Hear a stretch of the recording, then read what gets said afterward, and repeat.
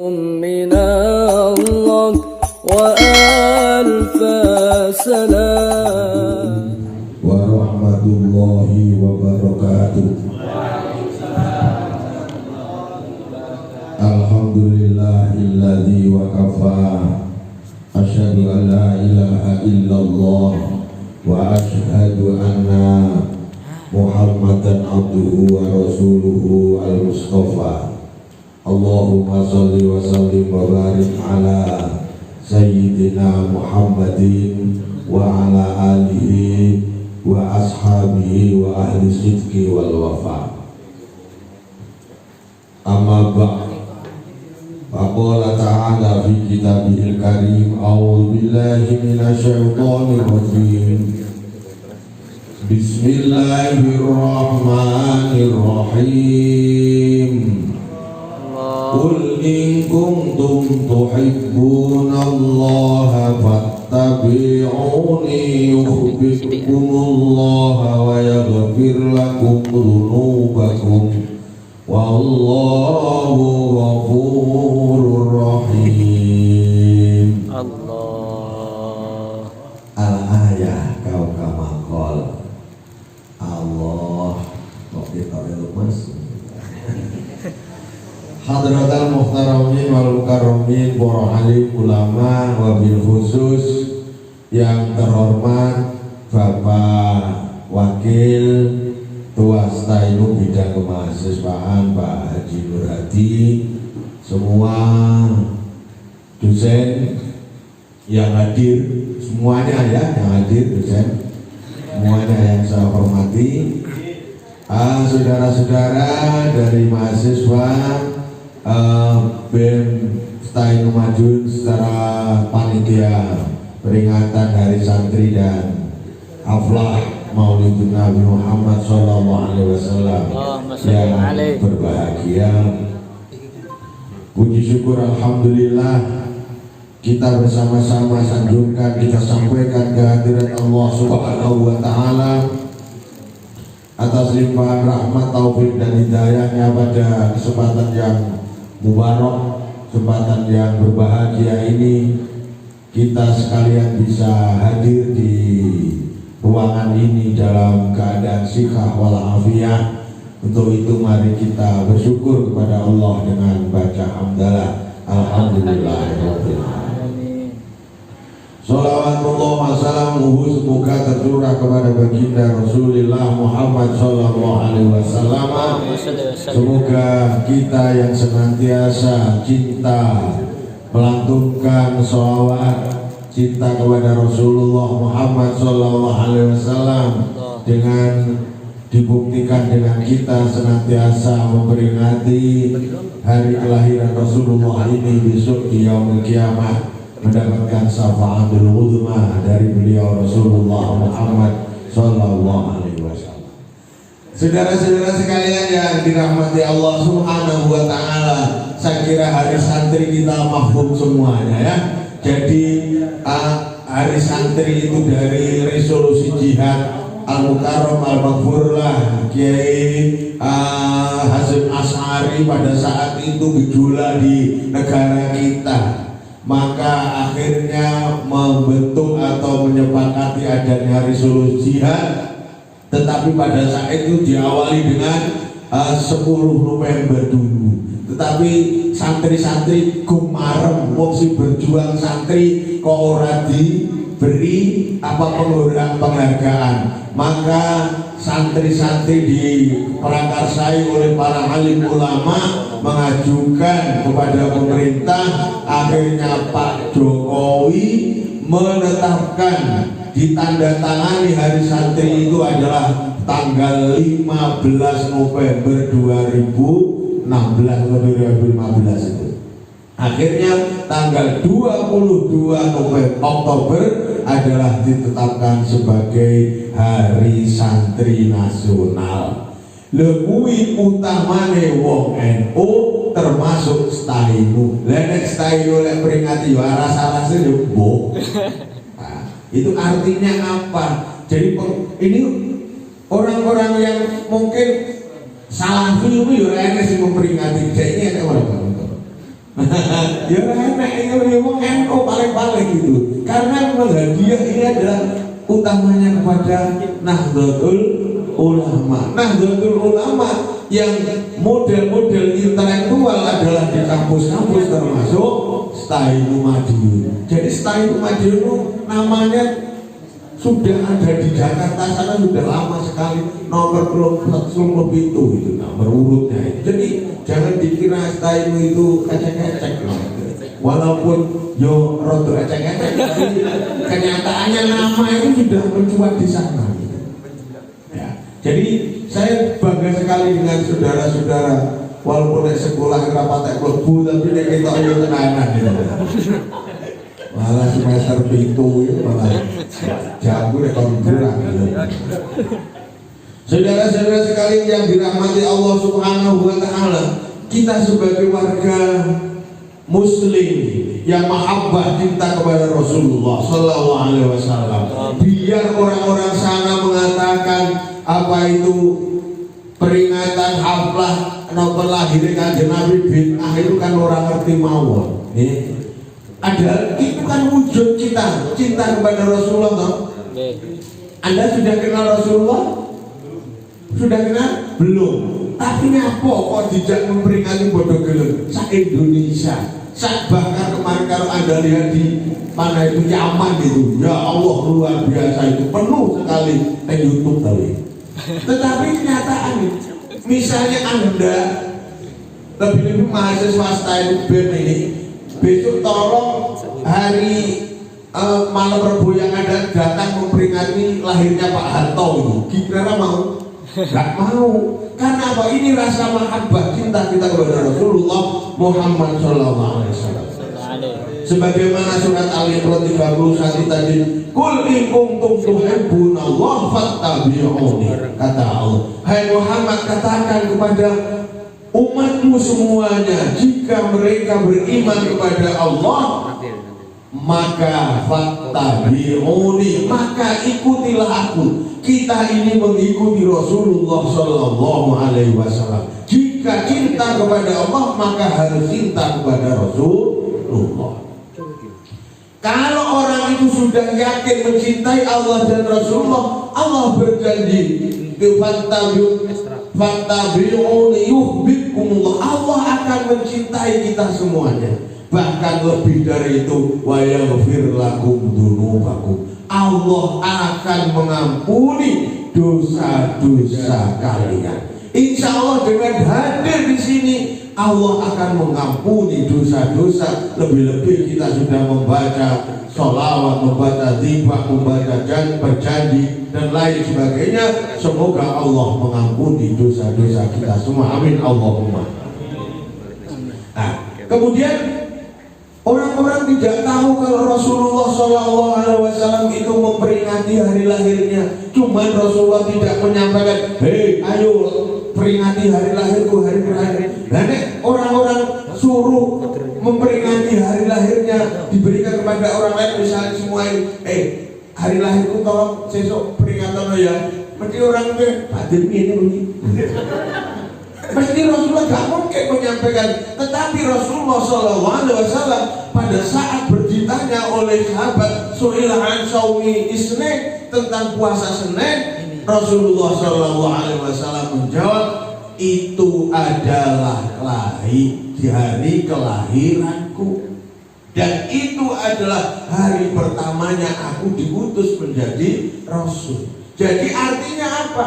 Artinya Rasulullah SAW itu memperingati hari kelahirannya. Bahkan Rasulullah SAW jadi fatuba liman kana ta'zimuhu sallallahu alaihi wasallam ghayatan maramihi wa marmah.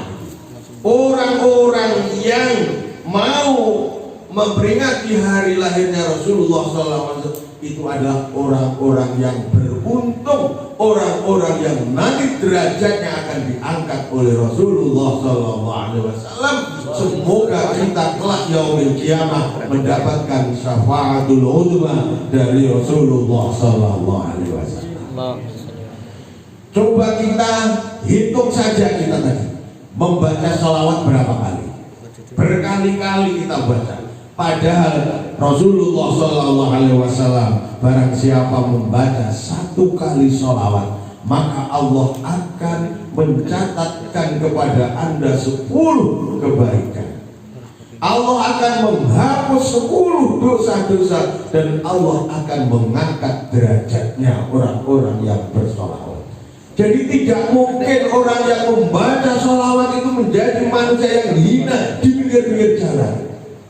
Harus yakin bahwa kita adalah orang-orang yang mau membaca sholawat, itu akan diangkat derajatnya oleh Rasulullah Muhammad SAW. Tentu saja kita insya Allah akan dimasukkan suatu tempat yang mulia di sisi Allah Subhanahu wa Ta'ala. Tentu kita sama-sama berdoa untuk itu. Allahumma anta salam, minka salam, ilaika ya'udus salam, wa hayyina rabbana bisalam, wa adkhilna jannata darussalam. Mari, sama. Allahumma anta salam, minka salam, ilaika ya'udus salam, wa hayyina rabbana bisalam, wa adkhilna jannata darussalam. Shallu ala Muhammad. Saudara-saudara sekalian yang dirahmati Allah, siapa Nabi Muhammad itu sesungguhnya? Dalam sebuah syair yang dilantunkan oleh seorang penyair, Muhammadun Bashar, Muhammadun Bashar, lakal bashari, wa huwa kal yakut, wa huwa kal yakut bainal hajari. Menurut Pak Dosen bahasa Arab itu katanya Nabi Muhammad itu adalah manusia biasa nanging ora lumrahe manusia, ya, tidak manusia yang tidak wajar. Udah wajar itu bukan karena rendah, tetapi melebihi manusia-manusia yang lain. Wahuwa kal yakut, Rasulullah itu seperti apa? Mutiara. Mutiara ini warnanya hitam apa hijau, Mbak? Mbak, apa? Putih. Si kuning ada enggak? Ada enggak? Ada, ya. Ada yang kuning, ada yang putih, gilak itu.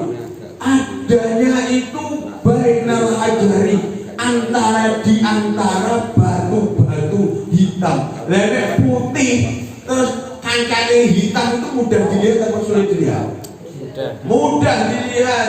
Maka pada saat besok di yaumil kiamah, besok di padang mahsyar, pada saat manusia-manusia mencari perlindungan, yauma la dzilla illa dzilluh, pada saat itu Anda akan mencari pertolongan, karena yang bisa memberi syafaat itu hanya Rasulullah SAW dan orang-orang yang diizinkan oleh Allah. Maka Anda akan mencari itu mudah sekali. Oh, di sana Rasulullah, ya Rasulullah, panjenengan sunaken syafaat, panjenengan sunaken donga dumateng Allah niki panas sing boten karu-karuan iki supaya adem. Maka Allah, ya Allah, ummati ya Allah, umat kula niki panjenengan tulungi, muga-muga awake dhewe besok ditulungi karo Rasulullah sallallahu alaihi wasallam. Saudara-saudara sekalian, ini adalah ahli dhibah, ahli berjanji. Anda mungkin sudah membaca dalam pendahuluan makhluk qiyam itu fakta zalahan sutoroba wastinsyar dan ila akhirih. Seperti apa hiruk pikuknya langit, hiruk pikuknya ares ketika Rasulullah Sallallahu Alaihi Wasallam akan lahir. Langit yang tadinya gelap gulita pada saat itu menjadi terang benderang. Langit yang pada saat itu tenang menjadi gemuruh suaranya. Maka ibaratnya kamu kalau ada sesuatu yang aneh pasti akan melihat ada apa. Sama dengan malaikat pada saat itu, ini ada apa langit. Akhirnya keluar dan turun ke bumi, ternyata di situ akan lahir seorang manusia yang bernama Muhammad. Saudara-saudara sekalian, bagaimana kelahiran Kanjeng Nabi Muhammad Sallallahu Alaihi Wasallam? Ini mahasiswa semuanya masih perawan semua, dia sudah menikah. Sudah punya anak. Katanya ya. Saiki kowe nalika anak iku kemarin punya anak itu, anakmu keluarnya itu rumah umur. Gak tahu siapa sing dibodoh, kelanan. Pampat. Injek ora lahir itu. Enggak. Boten. Lihat rumah umur. Ayo, rumah umur, Pak. Orang yakin deh, orang itu rumah murah kayak dari rumah, dari murah dari bapak ada rumah, aku murah dia bawa rumah. Aku melolot kok karo Bu Bidan. Saya ingin memastikan bayi itu lazimnya bayi itu kalau lahir rumah apa murah. Panjenengan tahu siapa bidane Kanjeng Nabi? Siapa dukun beranaknya Nabi Muhammad SAW? Siapa? Itu yang pertama kali. Kalau di dalam berjanji itu adalah 2 orang, tapi ada yang riwayatnya 4 orang. Yang pertama itu adalah Siti Hawa, istrinya Nabi Adam alaihissalam. Assalamualaikum ya Aminah. Waalaikumsalam. Panjenengan sinten? Kula Dewi Hawa. Wonten kersa menapa rawuh mriki, aku diutus Allah supaya membantu kelahiran putrane panjenengan. Niku sinten? Istrinya Nabi Adam. Padahal selisihnya berapa tahun Adam dengan Nabi Muhammad sallallahu alaihi wasallam. Yang kedua ada lagi Dewi Saroh. Sinten Dewi Saroh? Istrinya siapa? Nabi Ibrahim. Assalamualaikum ya Fatimah. Panjenengan sinten? Kula Dewi Saroh. Kersa napa? Kula diutus Allah supaya membantu kelahiran panjenengan. Lenggah teng sisi kanan. Teko malih sing ketiga. Assalamualaikum. Waalaikumsalam. Panjenengan sinten? Saya adalah Aisyah. Asia. Siapa Asia? Istrinya Fir'aun. Itu manusia-manusia, wanita-wanita suci yang datang itu. Panjenengan kok tidak mriki wonten apa? Kula didhawuhi karo Gusti Allah ken bantu kelahiran panjenengan. Sing terakhir, assalamualaikum waalaikumsalam. Sinten panjenengan? Kula Dewi Maryam. Sinten Dewi Maryam? Ibune Nabi Isa. Panjenengan wonten kersa napa? Kula diutus Allah kapure bantu kelahiran panjenengan. Dadi ning ngarep enek sinten? Siti Hawa, enten Dewi Saroh, enten Aisyah, Asia, enten siapa? Maria. Maka pada saat itulah lahir seorang bayi manusia yang pada saat lahirnya tidak umumnya bayi. Niku nek bayi niku ternyata nek lahir niku nek ngenten to sirahe teng ngisor bukan ngoten ning jero. Dalam Al-Quran manusia dalam kandungan itu 3 kegelapan. Kegelapan dalam perut, kegelapan dalam rahim, kegelapan dalam selaput yang membungkus janin. Pada saat itu silusil lah. Nah, silusil metu itu adalah kepalanya di bawah menghadap tengkurep. Tapi nek wis metu sirah metu muntir, Pak. Akhirnya rumah. Jadi mlebune metune kok anune kuwi dalane. Niku metune niku murep iki. Nek wis teko metu oleh separo sirahe mungkin mengo mungkin klik ngene. Terus rumah. Lah Kanjeng Nabi boten. Kanjeng Nabi itu pada saat keluar gak muntir. Terus blosor keluar itu terus tangane ongkong. Ngeten iki, tangane napa niku ongkong-ongkong rafi ar-ra'sahu terus madhep teng dhuwur sujud syakiron syajidan hamidan ka'annahu badrut tamami. Itu adalah Rasulullah SAW. Dan ini kalau penyair gak lumrah kaya Joko ireng ngono gak enek Kanjeng Nabi putih ya Allah. Itulah saudara-saudara sekalian, maka asraqal badru alaina wa tafatihul buduru mislaus nirmaraina qatu ya wajah sururi ya Nabi salam alaika ya Rasul salam alaika ya Habib salam alaika sallallahu alaika Nabi Muhammad. Jadi wadi'an ra'sahu wadi'an yadai alal ardi rafi'an ra'sahu ila sama'il aliyah. Jadi tangannya jengku teng tanah, kemudian ada yang mengatakan sujud, kemudian ada yang rafi'an ra'sahu ila sama'il aliyah. Itu adalah Kanjeng Nabi Muhammad sallallahu alaihi wasallam, orang yang luar biasa yang nanti akan menjadi imam kita pada saat ini dan insya Allah di kemudian hari di yaumil qiyamah akan memberikan syafaatul uzma kepada kita semuanya. Saudara sekalian yang dirahmati Allah, lebihnya Kanjeng Nabi Muhammad sallallahu alaihi wasallam yang mungkin Anda tidak mengira bahwa Rasulullah sallallahu alaihi wasallam itu adalah nadifan mahkuna maktu'as surrati biyadil qudrati ilahiyah. Jadi Kanjeng Nabi itu adalah lahir ini wis dipotong rambutnya. Gak tahu di dalamnya ada pemotong rambut ya. Bagaimana potong rambutnya? Oke? Alhamdulillah. Semoga barokah. Amin. Jadi seperti itu. Jadi dalamnya kandungan pun ana ke Siti Aminah niku oke eneng tukang potongi rambutnya Kanjeng Nabi lho ya wis ya. Rapi.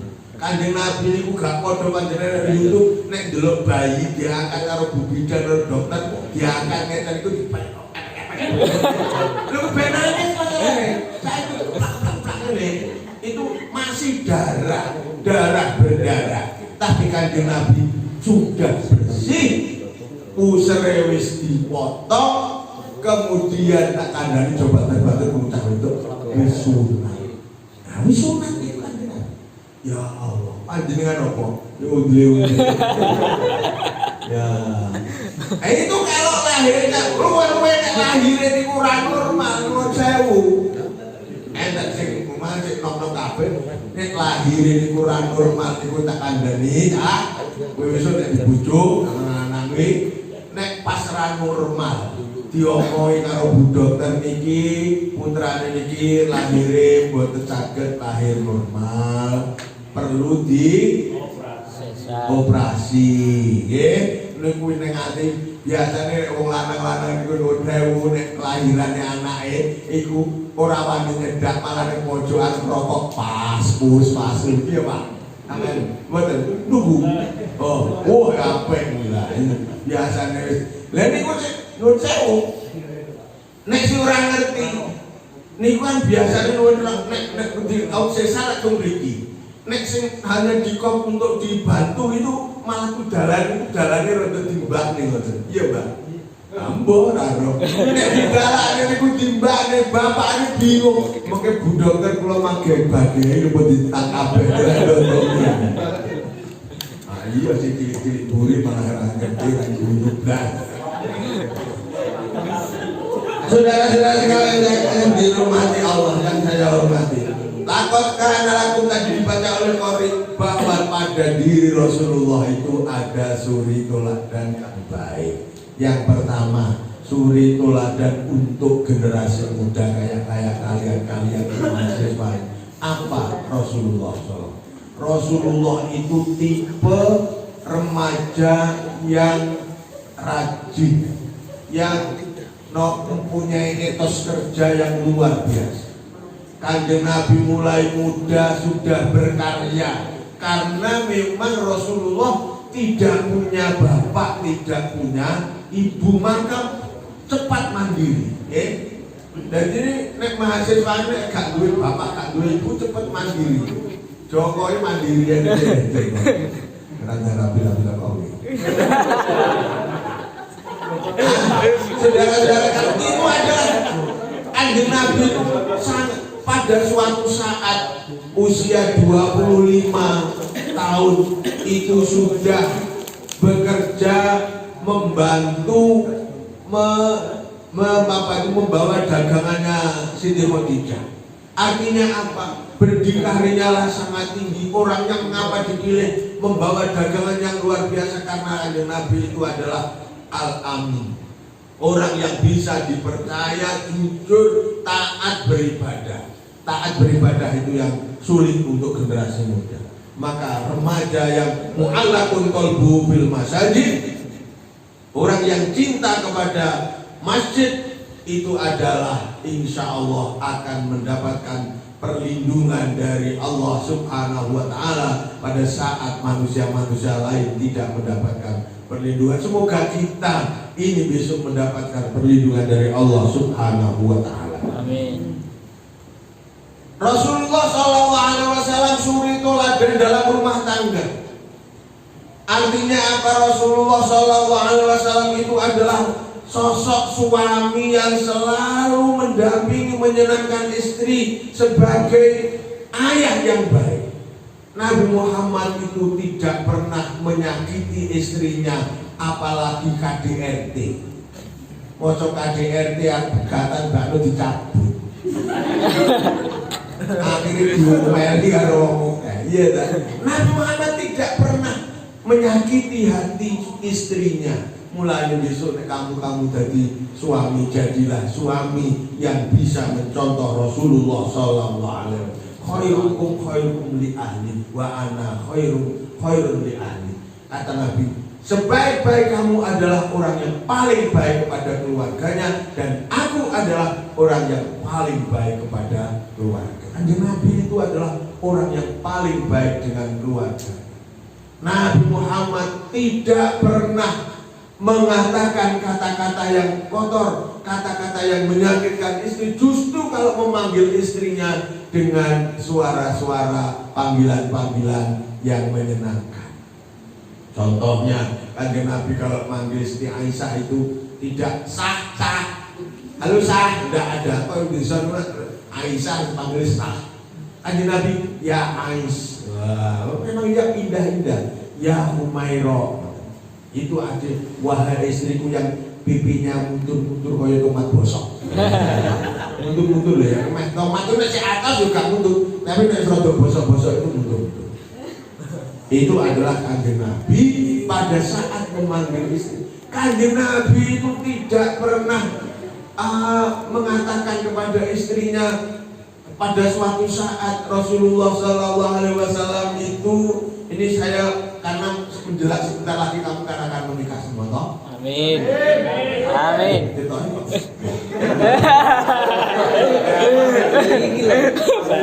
Dihubungkan semua. Kanjeng Nabi itu, saudara-saudara, putri-putri, itu pada saat pulang larut malam, gedok, Assalamualaikum ya Aisyah, nggak ada suara karena istrinya sedang tidur. tok tok tok, yang kedua assalamualaikum, gak dengar. Yang ketiga tok tok tok, assalamualaikum, sudah. Kira-kira nek kowe ngono kira-kira piye gitu. Assalamualaikum ora krungu butek ini mau biun nih. Itulah Kanjeng Nabi menggelar napa sajadah ini terus sare. Lah wong jenenge bojo Siti Aisyah itu turune niku selalu berdampingan dengan suaminya. Dados gak tahu pisah ngoten. Pomo pisah-pisah pamit. Nek Gus Bah aku rabiok karo wedok lunga izin, aku ora izin ya. Tapi nek Kanjeng Nabi ya sering izin. Wong nyatane Kanjeng Nabi itu mau malam Jumat mau ke Baqi itu istrinya Aisyah, saya mau ke kuburan ziarah makam Baqi. Itu adalah Rasulullah. Artinya kalau keluar juga pamit mengatakan kepada istrinya. Nah, pada suatu saat yang seperti itu pagi harinya menjelang subuh orang subuh. Nah, menjelang subuh. Artinya apa?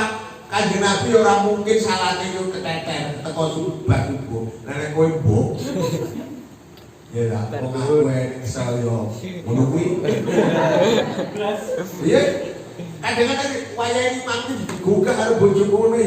Aku kesel ngomong ngimami lho ya. Aku kesel yo ana. Nah, itu adalah karena saya bukan Kanjeng Nabi. Jadi yang seperti itu mungkin bagi kita semua. Nah itulah saudara-saudara sekalian. Mau Pak Es, berarti udah susah Pak Tin. Kanjeng Nabi Muhammad yang terpenting lagi adalah di samping tokoh dalam rumah tangga adalah Nabi Muhammad adalah sosok panutan dalam masyarakat. Yaitu ketika Rasulullah Shallallahu Alaihi Wasallam berusia 35 tahun.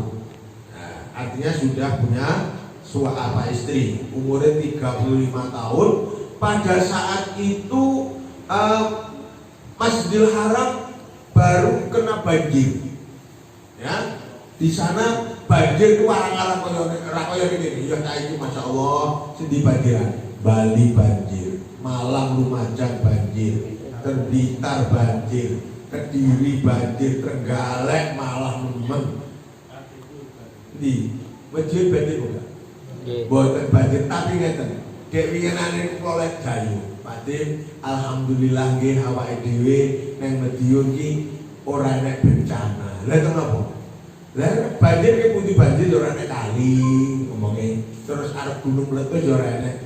Tak kandhani Sidoarjo iki nek kalirene apa-apa banyune kok bisa lho blendos aku. Sombong ya, kadang-kadang Gusti Allah kalau buat seperti itu bisa-bisa saja. Apa nek sekarang sudah meletus dari bawah di mana itu nebula mendesak-desak keluar terus lapisan bumi tidak mampu menahan akhirnya jeblus-jeblus kamu mau lari ke mertuamu? Tidak mungkin itu, pasti mati dan itulah menurut ahli geologi terjadinya kiamat besok. Saudara-saudara sekalian yang dirahmati Allah, ketika pada saat itu baru kena banjir, Ka'bah itu dindingnya pecah. Oleh orang-orang Quraisy akan dibangun lagi dan dibangun lagi pada saat itu. Maka setelah dibangun dindingnya diperbaiki, itu mau mengembalikan Hajar Aswad. Dan orang-orang kapilah-kapilah atau bani-bani yang ada di Makkah itu geger berebut siapa yang harus mengembalikan Hajar Aswad ke tempat semula. Maka tidak ada solusi, mereka berdiskusi tidak ada solusi. Maka solusinya ada yang usul yang bisa memberikan keputusan dan keputusannya apa saja harus kita ikuti adalah siapa besok pagi yang datang ke Masjidil Haram bahkan masuk ke Ka'bah yang pertama kali. Jadi para pimpinan-pimpinan di Arab itu maka pagi-pagi sudah datang lebih dahulu melihat siapa yang datang pertama kali masuk Masjidil Haram? Ternyata yang datang itu adalah Muhammad Sallallahu Alaihi Wasallam, yang pada saat itu belum menjadi nabi. Dia mengatakan huwa al-amin, dia adalah orang yang bisa dipercaya, orang yang baik. Maka Nabi Muhammad pada saat Muhammad adalah diminta untuk mengadili, menentukan siapa yang harus mengembalikan Hajar Aswad. Tetapi apa yang tidak diduga oleh masyarakat pada saat itu, Kanjeng Nabi Muhammad menggelar GPR bahasa Indonesia apa? Menggelar toh? Ya menggelar, tapi kalau salah. Menggelar sajadahnya, serbanya, kemudian Kanjeng Nabi mengangkat Hajar Aswad ditaruh, kemudian memerintahkan kepada seluruh kabilah pimpinan-pimpinan untuk memegang surbannya, diangkat bersama mendekat kepada dinding Ka'bah. Setelah di situ diturunkan lagi, baru Kanjeng Nabi yang mengangkat. Ini artinya semua tanpa kecuali masyarakat Arab semuanya ikut mengembalikan. Itu adalah kebanggaan mereka, senang sekali dengan keputusan yang diambil oleh Rasulullah Sallallahu Alaihi Wasallam. Demikianlah saudara-saudara, yang penting apa? Agar supaya kita dengan harapan semoga kelak pada yaumil kiamah kita menjadi orang-orang yang menghadap Allah bi husnil khotimah, menghadap Allah dengan akhir yang baik. Siapa orang yang husnul khotimah?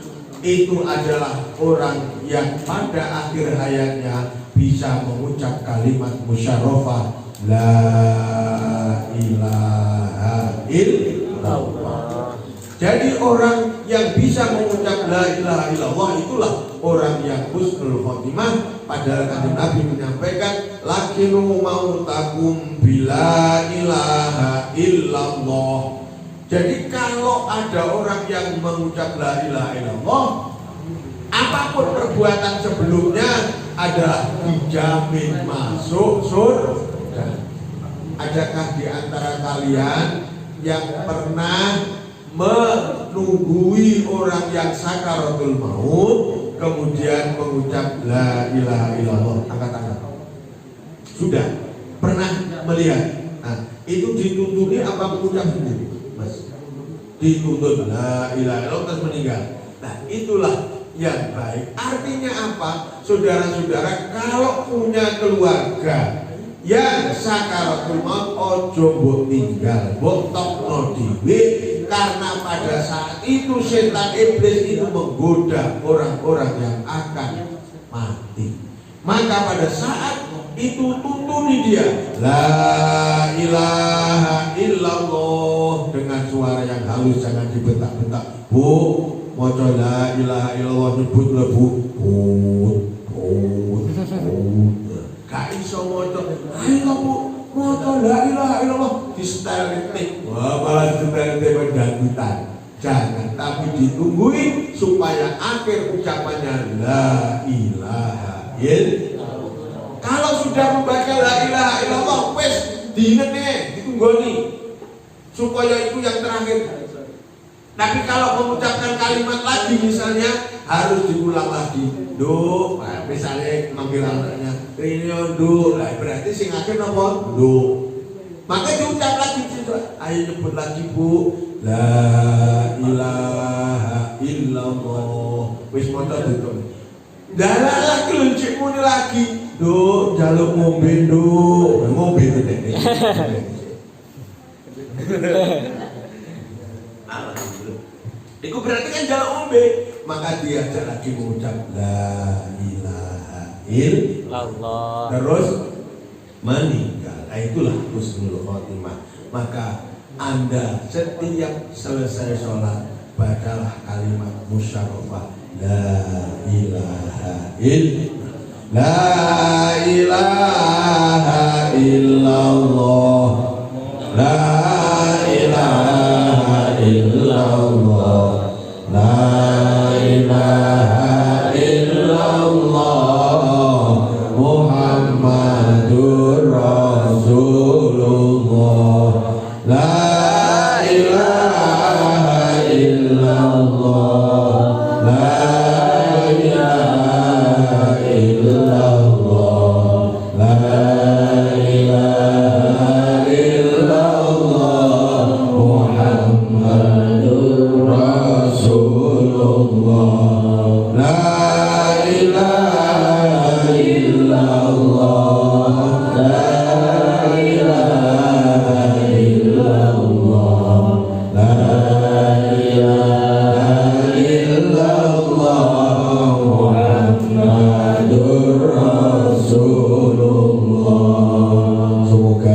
kita semuanya ketika kita semua menghadap Allah bi husnil khotimah. Amin. Allahumma amin. Demikian pas jam 10, semoga yang bisa sampaikan ada guna dan manfaatnya bagi kita semua. Wallahul muwaffiq ila aqwamit thoriq. Assalamualaikum warahmatullahi wabarakatuh. Waalaikumsalam warahmatullahi wabarakatuh. Wa alfa salam.